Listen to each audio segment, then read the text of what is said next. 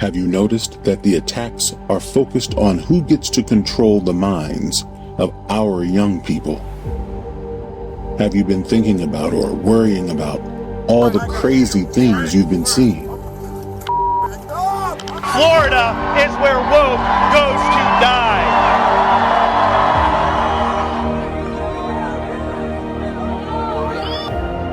You need to see this docuseries.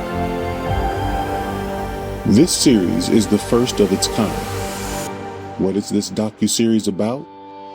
It's about what's happening with our putting youth. a student in a headlock before pushing him down and then later using a taser. The cultural war that is being waged on our youth.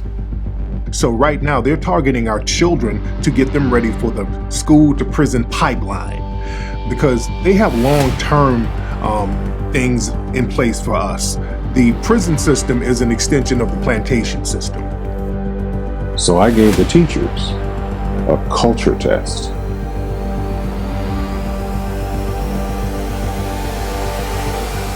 I actually had African American studies. I don't remember a thing because she didn't teach us anything.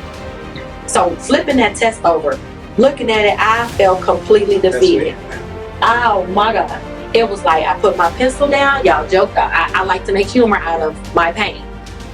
I'm not even giving you a pencil, and I meant that because I felt defeated. It's just not talk. For the very first time ever, KMT Productions has brought together some of the most important thinkers, teachers, activists to focus specifically on learning about what is really going on in our communities and how to solve problems with a focus on our youth. We use discussion, illustrations, animation. We talk to the youth themselves. We stop at nothing to bring this to you for the very first time ever. When you're finished watching, we will know what is happening with our youth and how to address these issues. We have a game too, it's like the why game, and we ask why. We try to the goal is to get to 7 whys. And I'll ask them why and we'll do the research. They'll ask me why and do the research, because asking why is one of the most important questions to us.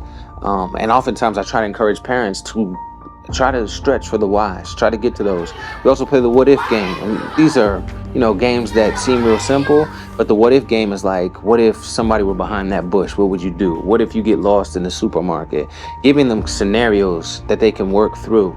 And then we do role play. So we might even have them act out some of these scenarios. The key thing is I'm trying to build critical thinkers. Everyone asks, well, how are you all able to get children to do physics problems? This is our curriculum. This is Potential Genius that we start in preschool, Jerry So Volume 1, Benny So Volume 2, and Bolo So. By third grade, if you follow this curriculum, children are able to do a calculus problem. They're able to compute speed. How do you do it? From Marcus Garvey, we learn reciprocal operations. In preschool, you teach your 5s, your 10s, your 2s by exercise. You do it by multiples.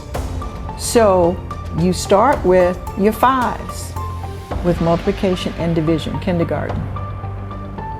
Once you learn the rubric, here you go to the Dogon again. Patterns and relationships. Now you can do 5s, guess what?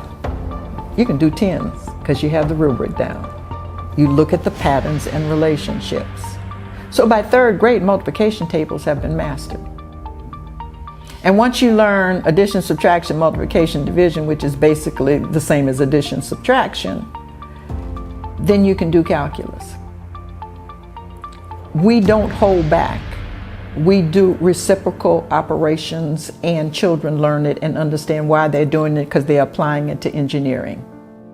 Well, you must know about Imhotep, the great African thinker and engineer, philosopher, doctor, and humanitarian. Imhotep was born in Kemet and was the advisor to the great Ngu Soser during the Third Dynasty, 2686 to 2613 BCE. He was the first physician, writer, engineer, and architect. Imhotep's knowledge of engineering and architecture are evidenced by his role in the construction of the pyramid at Saqqara, which is also known as the Step Pyramid. His knowledge of medicine and healing are evidenced by his writing of the oldest book on surgery, which described 48 different injuries and how to treat them surgically. He was also the first multi-genius in recorded history. Now remember, he was a math scholar, a doctor, engineer, and architect, among other areas of expertise. Was Imhotep the only Kemetic doctor? No.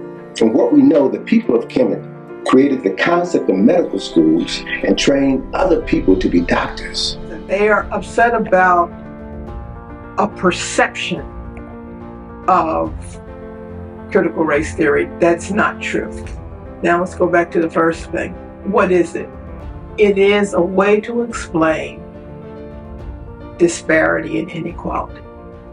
And it's something we've always done in this nation. We have tried to explain racial/ethnic disparity and inequality. From 1619 to 1954, our explanation was biogenetic. These people just not that smart. We measured their little heads. We know what their brains look like. They don't have enough bumps or whatever on it. They're just not smart.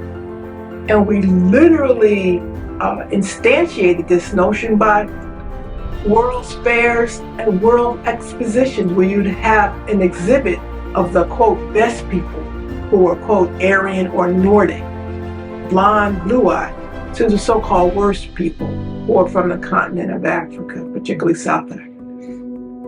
The kids seemed to recognize a major shift in their own learning when they switched from a regular public school to a school with a Black, culturally centered focus. I think we want to be pushed more and more. A kid didn't really understand it. They either be like, whatever, and do something and go to the rest of the class, or yell at the students, like they yell, like just because the kid doesn't understand. But now, like, literally they take it calm and then they go to each step of everything with you. Everyone needs to see this film, especially if you feel concerned about what is happening with our young people. Texas is now recommending no longer using the term slavery. They would rather use the term involuntary isolation. How does that compare to slavery, the Ma'afa, and the Black Holocaust? They're diluting this issue. That's the culture war that we have to fight. Police say an 18-year-old man dressed in tactical gear and protective armor opened fire at a grocery store in Buffalo just hours ago, killing 10 people and wounding 3 others. Police say most of the victims were African American and the gunman is white. 10 African Americans killed at Top Supermarket in Buffalo, New York. The shooter's note to African Americans: here's your reparation. You're talking about all this technical stuff, and our babies are dying. You're talking about all this technical stuff, and they're killing our kids. Deep down in my heart, I'm ethnocentric, which means I think my race is the superior one. Black people need people who believe in black people enough not to believe every bad thing they hear about black people. We do. We need more people willing to acknowledge that incredible intellect. What's the formula for force? Newtons. Okay, Newtons. How do you find force? Mass times acceleration. Okay, good. Give me 6 electrolytes. Calcium, potassium, magnesium, sodium, bicarbonate, chloride. Okay. Name 3 hormones produced by the adrenal glands. Aldosterone, testosterone, estrogen. Good. So aldosterone is produced where? Where do they produce aldosterone at? In the adrenal gland. Okay. Where are the adrenal glands located? They stay on top of the kid. On top of the kid. That unmatched talent. My name is Charisma Bowler. I am 15 years old. I'm going into my junior year in the fall. And I just perform.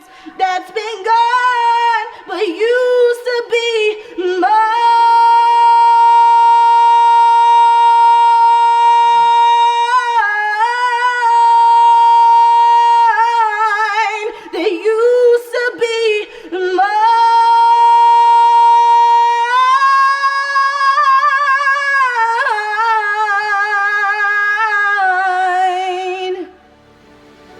that impressive skill.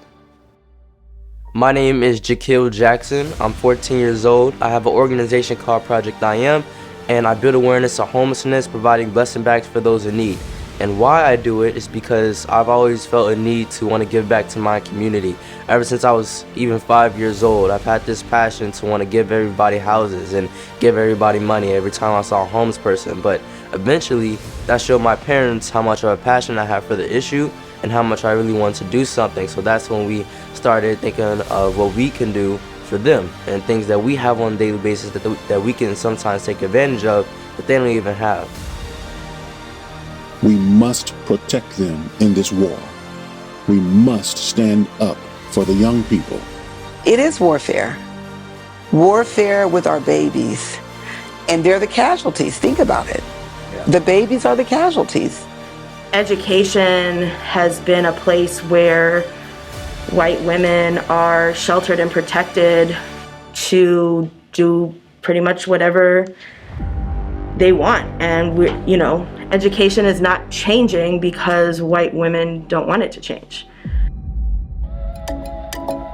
Subscribe.